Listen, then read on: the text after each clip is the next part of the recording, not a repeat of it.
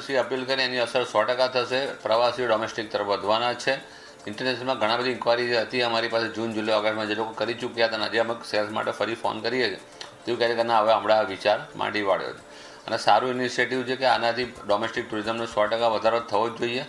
કારણ કે ઇન્ટરનેશનલમાં ઘણા ડેસ્ટિનેશન એવા છે અને વિઝાથી રિલેટેડ પ્રશ્ન, હા અત્યારે જે હાલ પૂરતા એપ્રિલ મે જૂનમાં જવાના હતા એ લોકોના ટિકિટો થઈ ચૂકી હતી, વિઝા થઈ ગયા હતા, એ લોકો પાસે છૂટકો નહોતો અને અમારી પાસે બી કોઈ વિકલ્પ નહોતો. પણ આગામી દિવસમાં અમારું ફોકસ 100% ડોમેસ્ટિક તરફ વધશે. ડોમેસ્ટિકની સર વાત કરું, અત્યારે તો ઘણી બધી હાઈક ઓલરેડી હતી આખરી, કારણ કે ખાલી દુબઈ આખું સેક્ટર બંધ હતું. એ સિવાય યુરોપમાં બી ઘણા બધા પ્રવાસીઓ રદ કર્યા હતા. તો આને લીધે ડોમેસ્ટિક અને ફાર ઇસ્ટ એટલે કે સાઉથ ઇસ્ટ એશિયામાં ડિમાન્ડ બહુ વધારે હતી. પણ હાલમાં હવે એ ડિમાન્ડ તો છે જ, પણ સાથે સાથે વડાપ્રધાનશ્રીના આગ્રહને લીધે હવે પ્રવાસી ડોમેસ્ટિક તરફ, એટલે અત્યારે જૂન જુલાઈમાં વાત કરો, લેહ લદ્દાખ છે, કાશ્મીર છે, સિક્કિમ, દાર્જિલિંગ છે, આ તરફ તમામ સ્થળો પ્રવાહ વધશે.